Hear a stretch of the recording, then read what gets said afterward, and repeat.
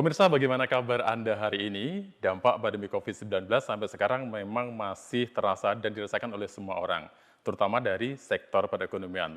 Untuk itu, pemerintah saat ini sedang gencar-gencarnya untuk memberikan bantuan, terutama sosial, kepada masyarakat di Indonesia. Dalam dialog nasional bersama saya, Fana Syafa, hari ini sudah hadir 3 orang tamu istimewa yang akan membahas secara tuntas tentang masalah itu. Di antaranya adalah ada Bu Heni Storini, APMSI, yang merupakan Kadis Sosial, Pemberdayaan Perempuan, dan juga Keluarga Berencana. Apa kabar, Ibu? Alhamdulillah baik. Kemudian di sebelah saya ada juga Mbak Eli Sulistiawati, Mbak ya, yang merupakan Koordinator Daerah Program Sembako. Baik juga kabarnya? Dan satu lagi yang ada di paling ujung ada Pak Pujo Basuki, yang merupakan Brand Manager dari BTN. Apa kabar, Pak? Alhamdulillah kabarnya baik ya. Baik, hari ini kita akan membahas tentang masalah bantuan sosial ya, yang saat ini memang sedang gencar-gencarnya di akhir tahun untuk disalurkan kepada masyarakat. Oke, baik. Saya akan menuju ke Bu Heni dulu, Bu ya, tentang program sosial ini, yaitu diantaranya adalah tentang penanganan permasalahan kesejahteraan sosial ataupun beberapa hal lainnya. Itu seperti apa dan bagaimana, Ibu? Gini, terkait dengan bantuan sosial dari pemerintah Kabupaten Banyuwangi, memang sudah banyak yang disampaikan ke masyarakat kita.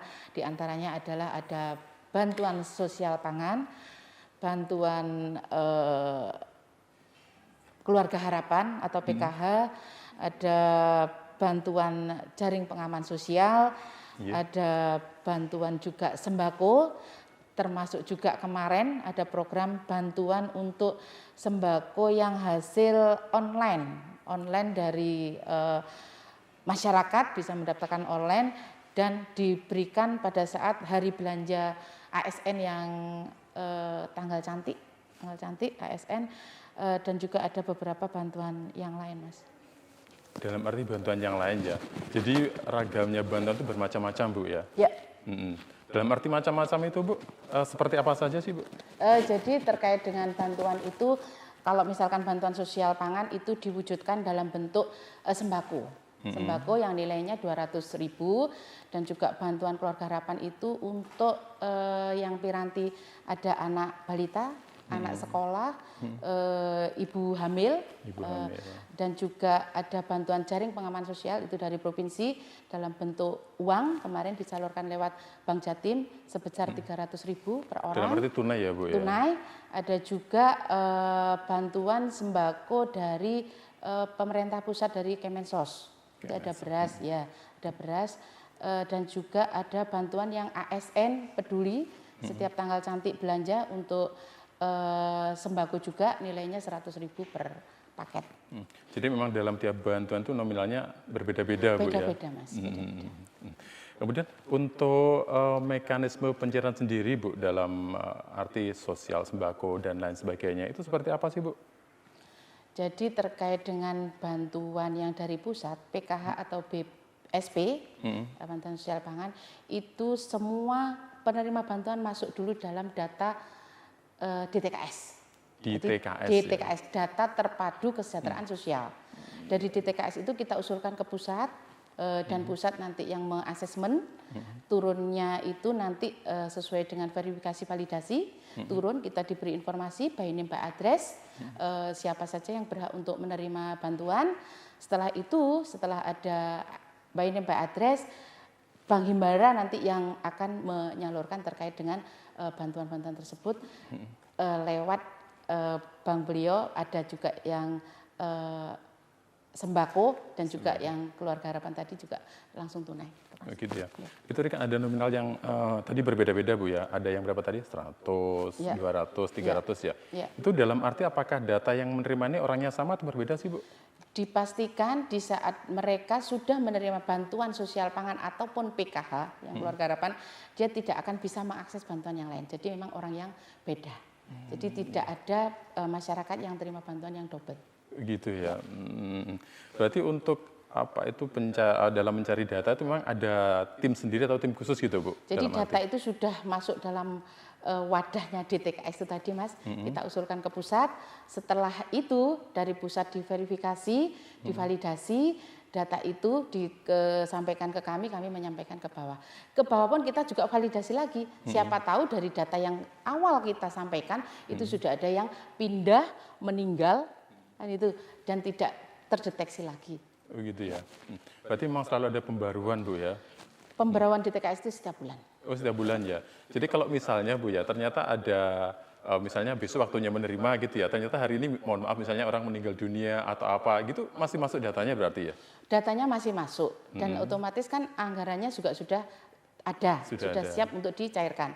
Kan masih ada ahli waris. Begitu ya, berarti bisa, nanti ke ahli warisnya ya, gitu. ahli waris langsung.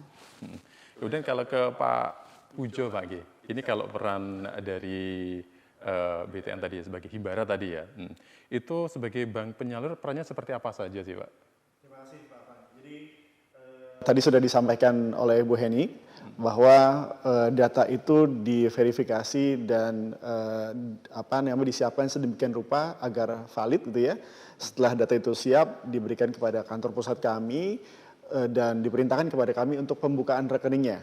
Karena kan yang perbankan dibentuk dalam rekening, kemudian setelah pembukaan rekening tersebut dikirimkanlah kartu-kartu tersebut yang kemudian kami diperintahkan untuk melakukan distribusi kepada keluarga penerima manfaatnya.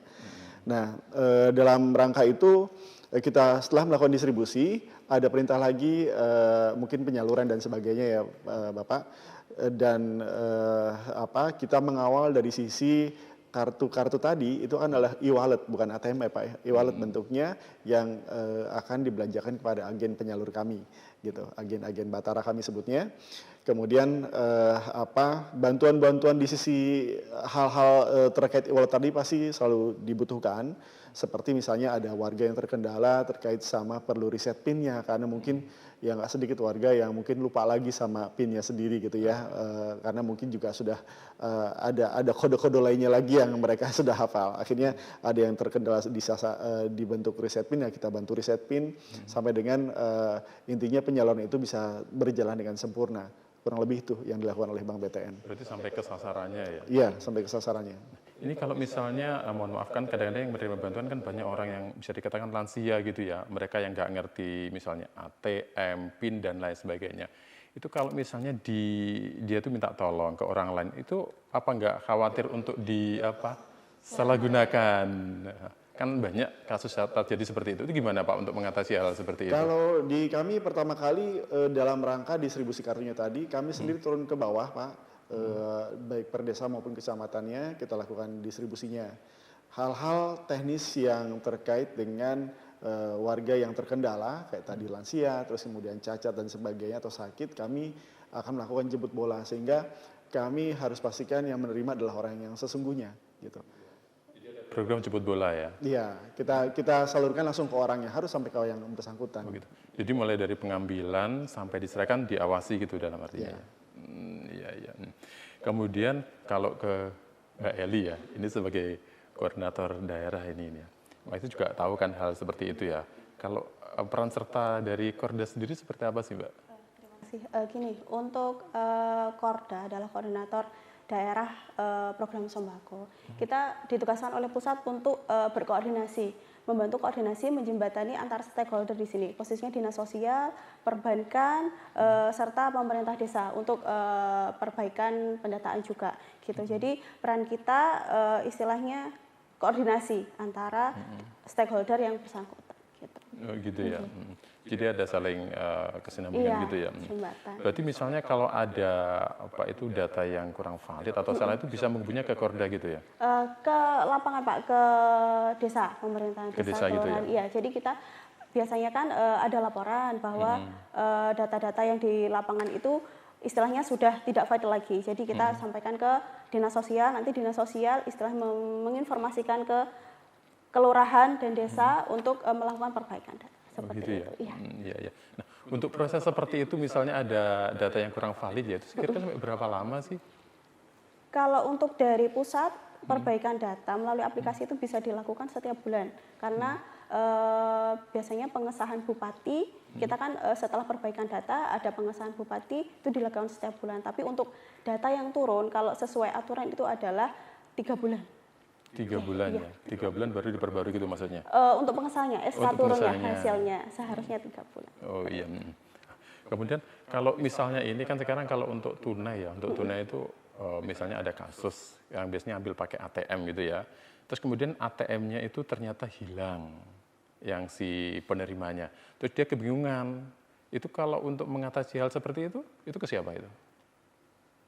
ATM ATM kan biasanya kan yang terima tunai kan pakai ATM ambilnya kan tadi ada PIN dan lain sebagainya. Kalau misalnya ada kasus ATM-nya itu ternyata hilang, itu laporan pertama itu yang benar ke siapa sih?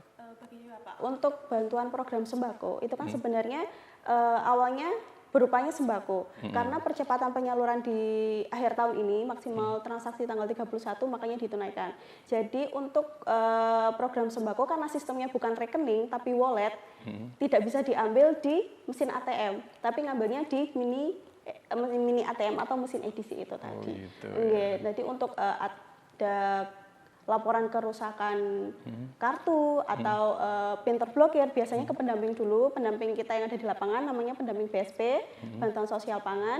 Nah itu nanti mendampingi untuk KPM itu melakukan perbaikan reset PIN atau penggantian kartu di Bank BTN. Oh gitu ya. Oh iya. Untuk pendamping ini dalam satu desa itu ada berapa sih, Mbak? Kalau untuk pendamping BSP satu kecamatan 1 orang. Satu kecamatan 1 orang ya. Oh ternyata begitu ya. Baik. Oke. Nanti kita akan bahas lebih dalam lagi ya tentang bantuan ini yang kayaknya juga semakin menarik. Pemirsa jangan kemana-mana, tetaplah bersama kami di Dialog Nasional.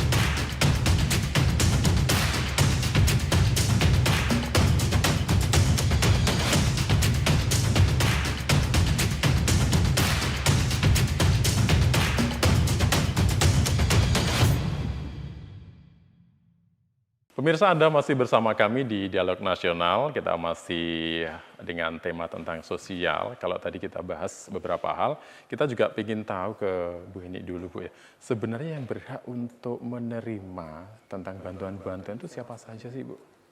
Yang pastinya yang berhak menerima adalah yang kategori miskin. Kategori miskin ada beberapa indikator, ada 18 indikator terkait dengan kategori miskin, dan yang pastinya masuk dalam daftar yang di DTKS tadi, data terpadu kesejahteraan sosial.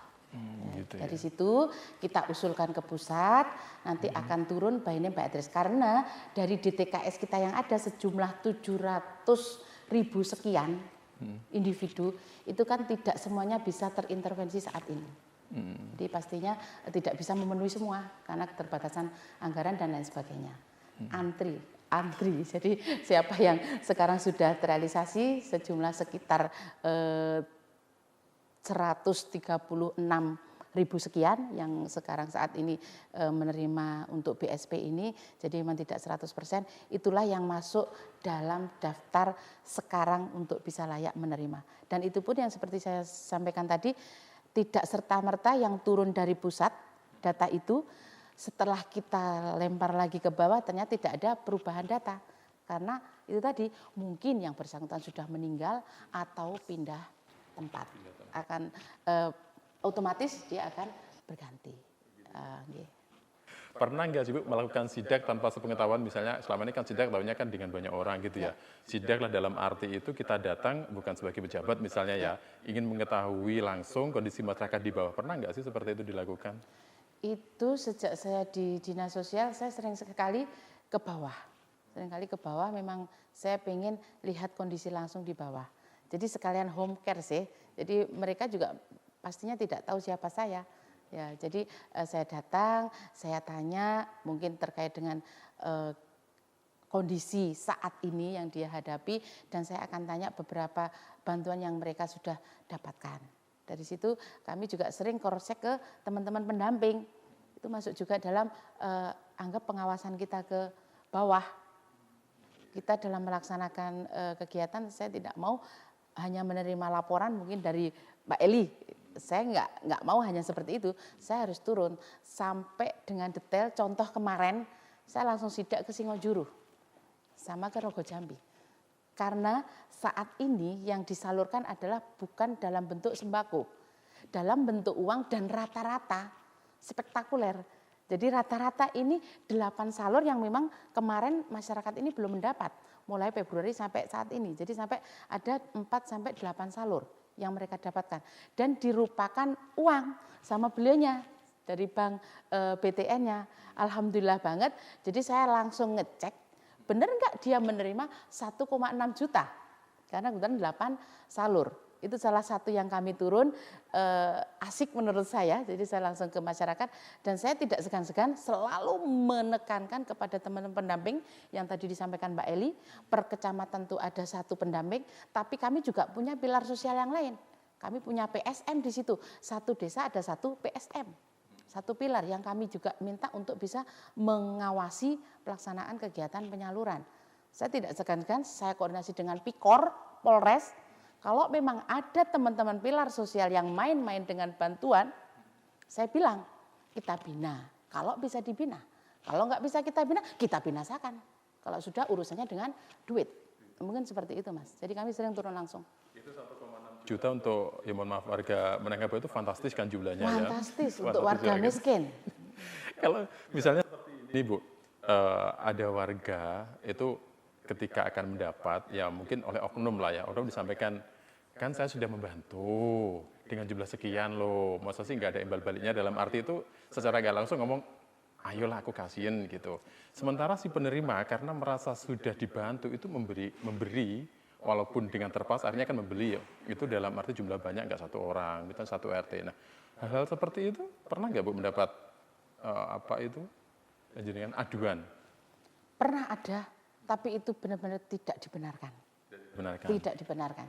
Jadi kemarin pun saya juga menekankan tidak ada bantuan dengan dalih apapun dipotong. Jadi semua harus diterima kepada KPM, penerimaan manfaat, dalam bentuk utuh. Apapun itu, tidak ada alasan pemotongan. Kalau memang mau bantu ya sudah, niatkan untuk ibadah. Bukan untuk mengharapkan something berapapun itu dari si penerima, karena memang mereka benar-benar warga miskin. Siapa tahu meskipun sekarang menerima 1,6, tapi mungkin dalam kurun waktu beberapa bulan ini dia sudah banyak utang di warung-warung, utang beras, utang mie, utang apa untuk masak sehari-hari, utang gula, kopi. Saya tekankan bayar utang-utang itu, jangan buat beli rokok ataupun untuk nyicil sepeda motor. Itu Mas. Ini kalau dari pihak Himbara sendiri Pak ya, apakah juga ikut melakukan pengawasan detail seperti yang disampaikan oleh Bu Heni tadi Pak? Ya, sesuai fungsinya masing-masing baik di dinas maupun di kami perbankan, karena agen penyalurnya memang ini adalah agen Batara, kami sejak awal sudah menekankan bahwa hal-hal yang tadi dibilang dilarang sudah kami tekankan sejak awal. 1, perdumnya, kedua hal-hal yang dilarang seperti apa sudah kita tekankan. Nah, di sisi distribusinya juga termasuk saya dan tim ikut memonitor kira-kira seperti apa distribusinya gitu. Dan kemarin juga sempat kita di gelombang kedua ya, Bupati langsung turun untuk melakukan penyerahan simbolis bantuan tunai. Kita juga turun ke sana ikut melakukan dan menyaksikan penyerahan bantuan pangan non tunai tersebut gitu. Atau sekarang bantuan sosial pangan ya. Nah itu monitoringnya sampai di sana karena memang ya kalau hubungnya sama hierarki, kami sebagai perbankan saja dan juga agen penyalur, kalau ada pelanggaran ya pasti kami 1 teguran tertulis, terus kemudian sama yang terakhirnya adalah pencabutan sebagai agen. Kurang lebih itu Pak yang bisa kita sampaikan. Kembali ke Bu Heni Bu ya, tadi jumlah yang fantastis tadi Bu ya, 1,6. Itu kalau dihitung berarti 8 bulan, Bu ya? Itu 8 bulan. Kok bisa sampai segitu, Bu ya? Ya, jadi banyak apa ya? Banyak terjadi kemarin di saat usulan yang awal itu kadang-kadang terpending. Jadi yang terpending, terus mungkin pada saat pengusulan ternyata ada NIK yang tidak valid. Kita validkan dulu dengan Dispenduk. Kalau data sudah padan, sudah valid, kita usulkan kembali. Itu yang menyebabkan mereka belum bisa menerima pada saat kita usulan, karena kita masih ada perbaikan data.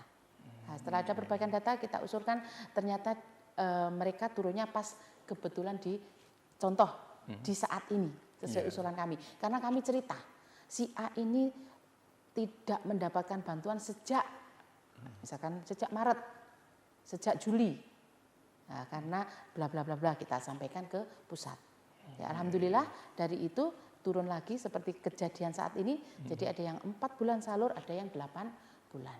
Jadi kami selalu berupaya di saat ada pengaduan, Bu, ini kok enggak terima lagi, ini. Nah, sudah kita tindak lanjuti, kita usulkan kembali karena semua kita usulan ke pusat. Gitu. Duitnya juga dari pusat. Itu kalau misalnya, Bu ya, mohon maaf, ada yang salah sasaran, kita apa juga bisa segera diketahui, Bu, oleh Dinsos sendiri? Ya, pastinya karena di setiap turun ke KKS kartu yang akan kita bagikan, kita minta desa untuk validasi. Jadi ada kejadian si A ini mendapatkan kartu, padahal sekarang kondisinya ekonominya itu sudah membaik. Itulah tugas dari perangkat desa, kepala desa, dan sampai perangkatnya untuk memvalidasi. Jadi kalau sudah tidak layak, ya jangan disampaikan kartunya. Kita tarik, kita kembalikan. Biar tepat sasaran.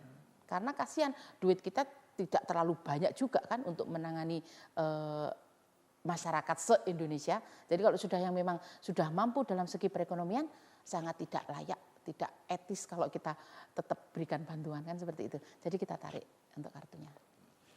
Bergeser kembali ya Mbak ya, kalau bentuk bantuan sembako sih Mbak, itu sebenarnya yang dari pusat itu bentuknya apa saja sih Mbak?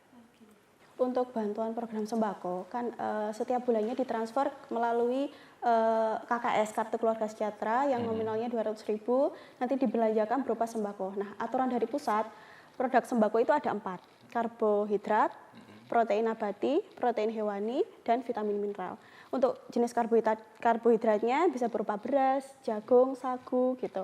Untuk protein nabatinya bisa berupa kacang-kacangan kayak tahu, tempe, kacang tanah, kacang hijau. Terus untuk protein hewaninya bisa berupa daging, terus ikan, daging sapi, daging ayam, telur. Seperti untuk vitamin mineralnya bisa sayur dan buah. Seperti itu. Itu kalau misalnya kan masyarakat kan walaupun sebenarnya sudah diprogram seperti itu ya, karena itu ada yang mengeluh, kok aku dapatnya kacang hijau sih gitu, aku kan nggak konsumsi ini, kan aku butuhnya beras. Pernah nggak dapat keluhan seperti itu? Pernah. Informasi nggih, untuk program sembako ini sebenarnya masyarakat itu bisa memilih dari 4 komoditi ini. Jika masyarakat pengen beras aja atau beras sama telur itu bisa diambil sesuai keinginan masyarakat. Yang penting nominalnya sesuai 200.000 itu. Gitu, nggih. Jadi kalau misalnya mereka ingin menyampaikan hal itu langsung ke agen penyalur. Oh gitu, ke agen penyalur ya. Ke agen penyalur, nggih. Jadi mereka bisa memilih apa yang dikehendaki Mereka butuhkan, nggih. Iya, Sesuai semua kebutuhan. Kan banyak sih masyarakat rata-rata memang kalau kita ketahui ya untuk masyarakat Indonesia pasti pilihnya adalah beras, minyak goreng, telur, paling itu yang banyak dicari ya. Kemudian kalau ke Pak Pujo Pak, pernah nggak sih Pak mengalami masalah misalnya gini, NIK-nya udah benar, tapi ternyata nama yang tertulis itu antara di KTP misalnya dengan di itu nggak sama, ada perbedaan entah itu tanda kutip atau satu huruf kurang, itu pernah nggak Pak? Hal itu memang dimungkinkan terjadi, tapi karena tadi ya proses tahapan verifikasi dan sebagainya itu sudah sangat dalam dan compliance-nya juga dijaga sedemikian rupa, sehingga itu sangat minim sekali terjadi. Apalagi sampai dengan ketika penyaluran ya. Pun kalau sampai terjadi, kita akan koordinasi dengan juga dinas sosial untuk melakukan perbaikan data dan verifikasi kembali di lapangan begitu. Iya. Iya. Jadi semuanya memang harus benar-benar teliti gitu Pak ya. Iya, betul. Oke. Kembali ke Bu Heni, Bu, ini kalau misalnya Bu ya ada pelanggaran dalam hal penyaluran, itu tindakan dari Dinsos seperti apa sih Bu? Tadi yang seperti saya sampaikan, pilar-pilar kita sosial di bawah sangat banyak. Dan namanya orang, oknum, itu kan beda-beda. Iya. Jadi saya selalu melakukan pembinaan ke teman-teman pendamping, baik itu pendamping PKH, pendamping BSP, pilar-pilar sosialnya dia ada di bawah, semua niatkan ibadah. Tidak ada bantuan dengan alasan apapun dipotong. Di saat ada pelanggaran, kami sangat intens kerjasama dengan Pikor, Reskrim yang ada di Polres untuk melaksanakan pengawasan. Dan sudah ada contohnya. Di saat mereka melakukan pelanggaran, ada pengaduan dari masyarakat, ya sudah. Tadi yang saya bilang, kalau masih kita bina, bisa kita bina, kita bina. Kalau nggak bisa kita bina, kita binasakan. Kalau sudah urusan potong-memotong bantuan. Jadi tidak ada bantuan apapun dengan dalih apapun yang dipotong. Bagian penjara itu ngomongnya, soalnya kan gue juga nggak dapat, pengennya dapat gitu, itu berarti nggak bisa ditolerir ya? Tidak bisa ditolerir. Mereka sudah dapat insentif dari pendampingannya. Dapat sendiri Sudah ya? dapat sendiri insentif. Iya. Kemudian untuk mengatasi masalah seperti itu ya, mungkin saya ke koordinator, ke Mbak Eli ya. Kalau ada masyarakat yang merasa seperti itu atau mereka merasa, oh, aku loh diintervensi walaupun ngomongnya dengan halus dan lain sebagainya, terus nggak nyaman ketika menerima dan akhirnya memberi. Itu kalau mereka mengadu misalnya nggak berani, itu gimana Mbak cara untuk mengatasi? Sebenarnya untuk pengaduan itu tidak hanya dilaporkan ke dinas sosial ya Pak, ke pemerintahan desa atau kelurahan sekitar pun juga bisa gitu. Jadi untuk pengaduan sebenarnya pengawasan itu dilakukan oleh semua pihak. Jadi tidak hanya dinas sosial tapi keseluruhan pemerintahan yang ada di desa kelurahan, kecamatan gitu. Makanya untuk setiap penyaluran selalu melibatkan Babinsa sama Babin Kamtibmas juga yang ada di desa. Gitu. Itu ya. Oke. Ada nggak sih call center yang bisa digunakan untuk pengaduan hal itu? Karena medsos banyak ya, walaupun orang tua mungkin gaptek tapi ada anak, jadi bisa WA, telepon dan lain sebagainya. Ada nggak? Ada ya. Dari pemerintah daerah sendiri ada, dari pusat sendiri juga ada, by SMS atau by web juga ada. Begitu. Nggih. Nomornya mungkin juga bisa disampaikan. Nggih, mungkin nanti kita sampaikan di akhir mawon. Oh gitu ya. Iya. Oke. Nah, kemudian tentang pelanggaran tadi Bu ya, itu untuk penyalur yang melakukan pelanggaran ya itu memang ada tahapnya misalnya kayak peringatan pertama, kedua atau sampai berapa gitu? Jadi kalau untuk nyalur nanti biar mungkin Pak Pujo yang menyampaikan terkait agen mungkin ya, agen yang melanggar nanti beliaunya bisa sampaikan. Kalau saya mungkin terkait dengan oknum yang main di bawah, itu yang saya tadi sampaikan, saya selalu koordinasi dengan Pikor. Dan alhamdulillah Pikor juga aktif ke kami, jadi beberapa kali kita musyawarahkan dan dia bisa mengembalikan sesuai dengan yang dia salah gunakan, itu biasanya selesai di situ. Tapi kalau memang ternyata sudah parah, itu tadi sudah saya serahkan ke pihak yang berwajib. Ya. Kalau masalah ada yang melakukan pelanggaran penyalur, itu sampai berapa kali nanti itu bagiannya Pak Pujo ya? Untuk warungnya. Gitu. Oke, baik. Nanti di sesi berikutnya saya akan tanya tentang itu Pak ya. Baik, pemirsa jangan kemana-mana, tetaplah bersama kami di Dialog Nasional.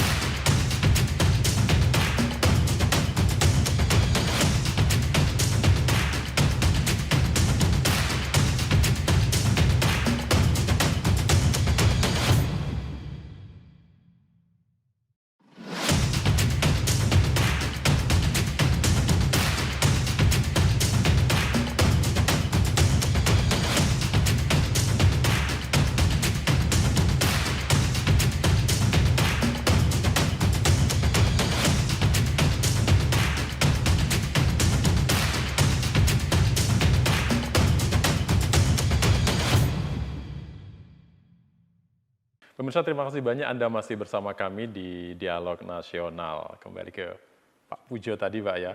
Tadi pernyataannya sudah kita sampaikan dan saya yakin Pak Pujo sudah siap juga dengan jawabannya nih Pak ya. Tentang pelanggaran tadi Pak, itu sampai berapa kali sih baru ada tindakan itu? Kalau per detail nanti kita jadi bahas panjangnya ya, tapi by teknis, ketika ada pengaduan tersebut, maka kita akan melakukan klarifikasi dan pengecekan ke lapangan. Nah, kemudian juga sampai tahap pemanggilan, teguran tertulis dan sebagainya, hingga akhirnya tadi, kalau bahasanya Bu Hening tadi, kalau tidak bisa dibina, ya dibinasakan gitu. Pembinasaan kita adalah sejauh pencabutan keagenannya tadi gitu. Jadi mesinnya kita cabut dan keagenannya kita hapus. Kurang lebih gitu. Ada SP gitu ya? Ada SP dulu itu nggak atau langsung dicabut sejak awal itu? Oh enggak, klarifikasi dan juga kemudian kita kalau memang tadi bahasanya masih bisa dilakukan pembinaan, maka pembinaan dengan teguran tertulis dan kami panggil gitu. Nah, terakhirnya adalah eksekusinya pencabutan keagenan. Iya. Kemudian syarat Pak, pasti kan mereka juga punya syarat kan untuk menjadi agen atau penyalur ya. Itu syaratnya apa saja sih Pak? Iya, kita ada rinciannya ya. Salah satu memang lokasi yang strategis gitu ya. Terus kemudian juga berapa lama dia sebetulnya kan secara agen penyalur dia juga tempatnya familiar gitu dengan warga sekitar gitu. Nah, berapa lama dia berpengalaman untuk membuat familiar tempatnya tadi. Misalnya dia juga punya toko dan sebagainya gitu ya. Itu hal pertama yang kita lihat karena gimana pun jangan sampai warga malah kesulitan mencari si agen penyalur tadi gitu. Itu hal-hal yang mekanisme awal yang kita lakukan. Kemudian memang juga kita berharap juga ada masukan dari pemerintah setempat sehingga kemudian kita usulkan kepada Bank BTN kantor pusat untuk mendapatkan approval. Setelah disetujui baru kemudian mesin dan perangkatnya kita siapkan di lokasi untuk menjadi agen gitu.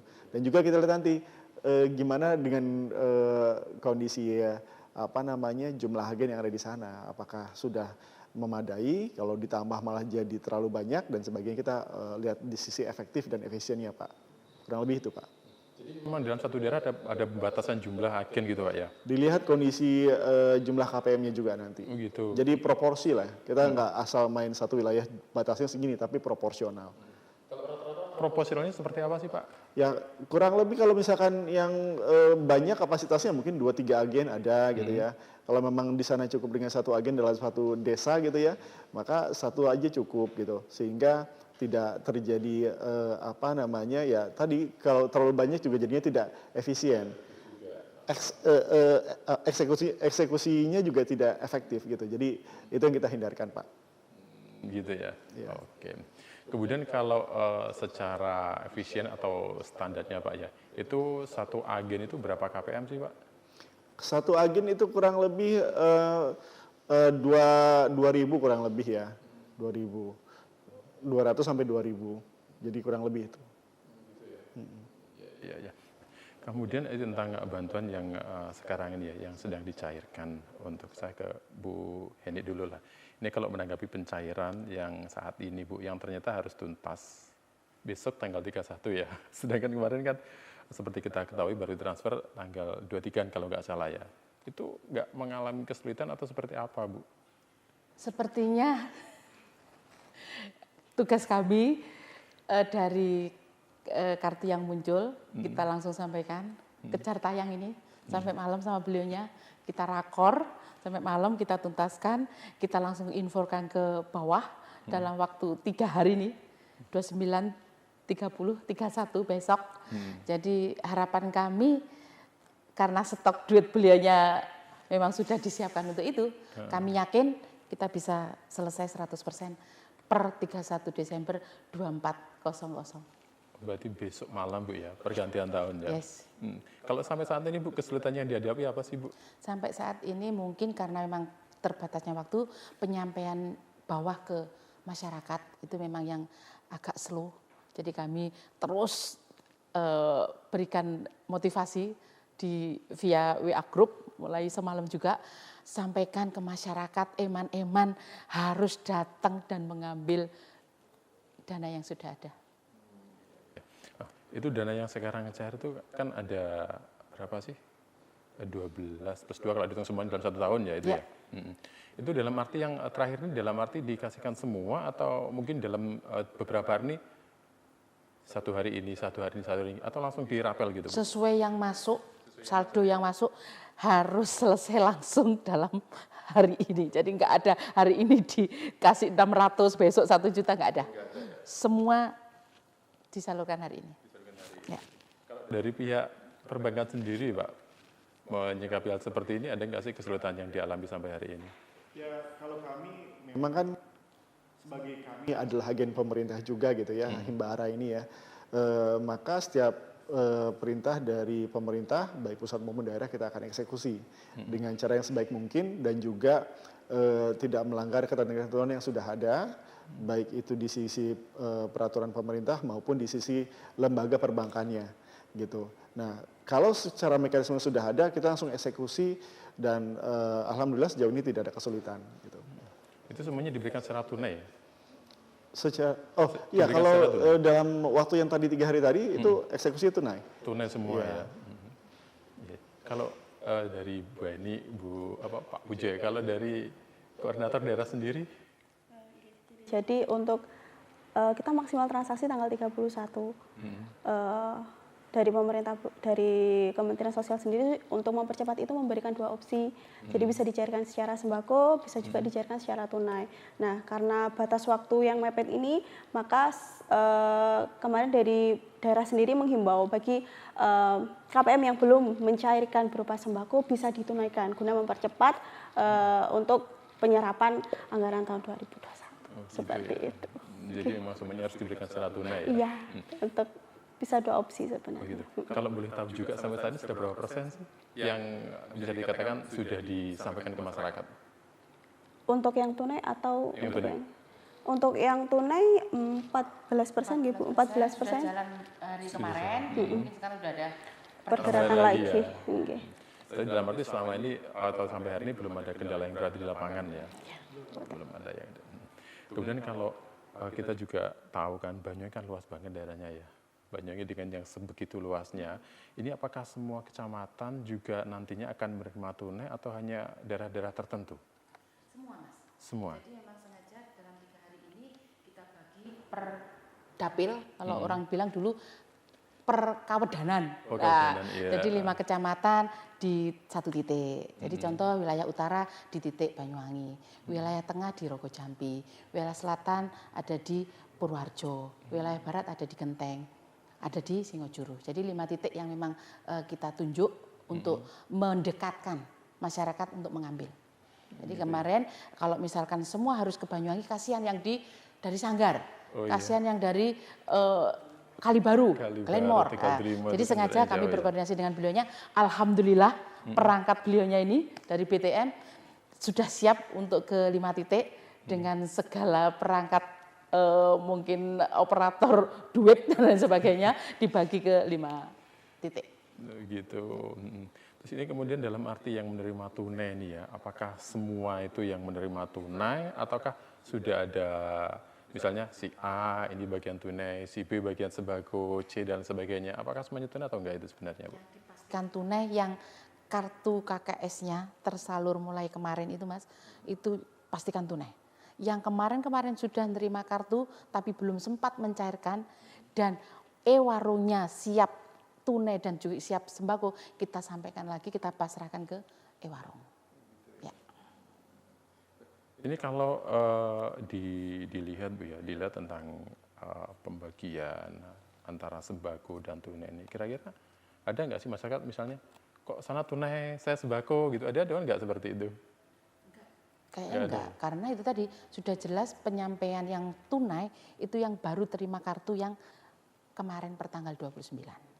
Ya, jadi yang sebelum-sebelumnya memang sudah untuk prosedurnya kan sembako. Namanya juga bantuan sosial pangan.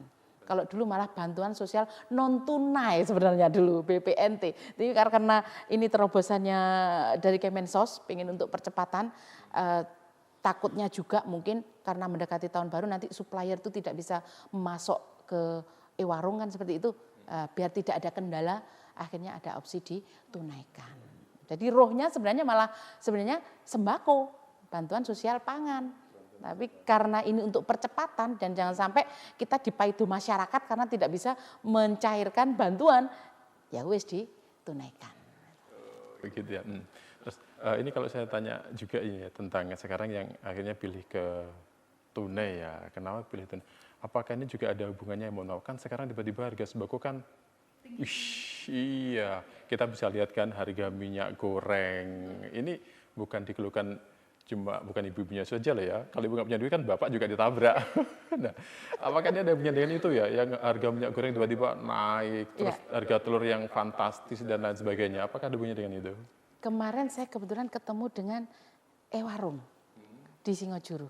Dan ternyata supplier pun juga tersendat-sendat untuk memasok karena kondisi tingginya harga. Karena kondisi tingginya harga. Berarti memang sangat tepat pemerintah itu memberikan opsi untuk ke tunai. Ke koordinator sendiri Mbak ya. Ini kalau kita ngomong tentang harga itu ya, itu idealnya berapa sih Mbak harga misalnya minyak goreng, telur, beras? Kita melihat HET-nya dari pemerintah daerah sendiri. Jadi untuk penentuan harga di warung itu menyesuaikan dengan harga pasar. Jadi patokan kita adalah HET pemerintah Kabupaten Banyuwangi. Seperti itu.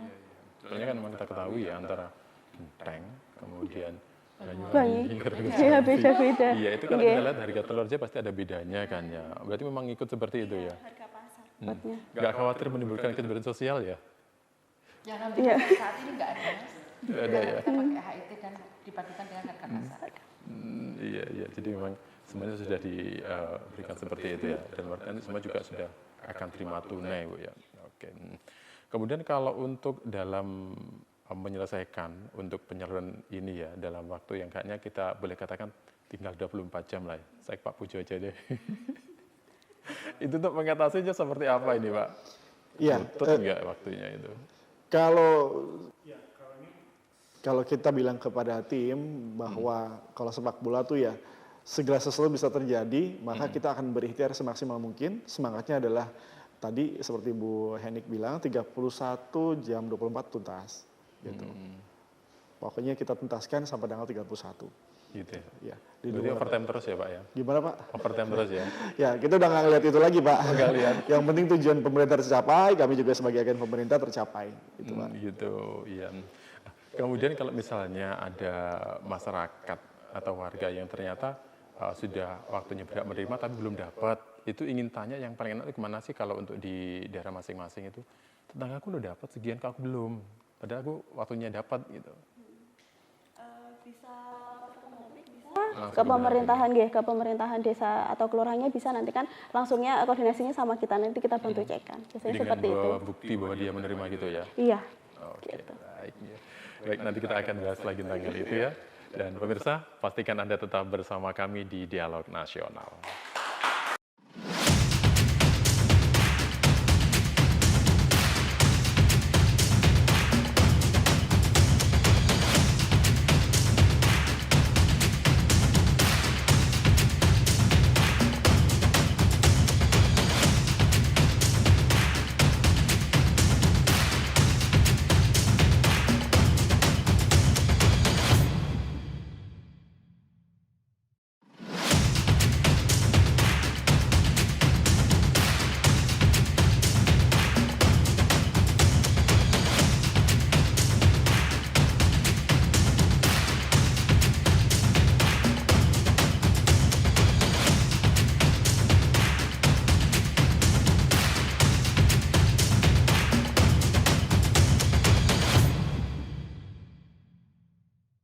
Anda masih bersama kami di Dialog Nasional, kita ada di segmen terakhir, masih dengan Pak Pujo, kemudian Bu Heni, dan juga Mbak Eli ya. Ini kalau tentang kegiatan sosial atau bantuan tadi Bu ya, Bu ini mungkin juga bisa menyampaikan beberapa hal terkait dengan pengaduan atau mungkin harapan-harapan ke depannya tentang bantuan sosial ini seperti apa sih Bu? Yang pasti sekarang masyarakat kita itu pinter semua dan semua melek IT. Jadi kalau cerita pengaduan mereka sudah bisa mengakses webnya pengaduan di Banyuwangi, Banyuwangi Cup. Juga ada IG, mereka sudah bisa akses IG-nya Bupati. Jadi kadang-kadang pengaduan itu langsung masuk ke IG-nya Bupati, Bupati forward ke saya. Juga ke WA saya langsung. Karena mungkin hampir semua pendamping operator itu semua tahu nomor WA saya. Jadi sudah dengan enak mereka mengadu apa yang mereka ingin adukan. Jadi masyarakat kita sudah melek IT semua Mas. Terkait dengan nomor layanan tadi ya, aduan dan lain sebagainya, bisa disebutkan nggak itu? Ya, mungkin Mbak Eli. Mbak Eli ya? Untuk pengaduan untuk di website Kabupaten Banyuwangi bisa Sampaikan di pengaduan.banyuwangikap.go.id atau bisa SMS di nomor 1708 atau juga melalui IG-nya Dinas Sosial di Dinsos PPKB_Banyuwangikap. Jadi sangat gampang ya Iya. untuk bisa melakukan hal itu ya.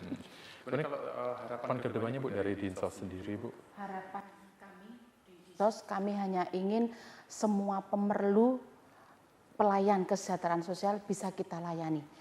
Jadi kami sangat berharap besok ke depan di tahun 22 tidak ada lansia sebatang kara yang tidak bisa makan, tidak ada orang sakit yang tidak bisa berobat, tidak ada disabilitas yang tidak tertangani karena mereka butuh bantuan alat mungkin, kursi roda, kaki palsu, alat bantu dengar mungkin, dan tidak ada lansia sebatang kara yang tinggal di rumah yang tidak layak huni. Itu harapan-harapan kami di 2022. Duit tidak harus di dinas sosial, kita bisa cross cutting dengan SKPD yang lain, ada Basnas, ada CSR, ada dinas PU, ada dinas pemerintahan desa, dan lain sebagainya yang bisa mengintervensi mereka. Kemudian kalau dari pihak perbankan sendiri pasti kan juga punya harapan Pak ya untuk kedepannya atau mekanisme seperti apa? Monggo. Harapan kami sendiri ya Pak, dari sisi Bank BTN, satu dapat terus bersinergi dengan pemerintah daerah setempat dan juga mungkin hubungan baik dengan masyarakat karena memang slogan kami sudah sahabat keluarga Indonesia Pak.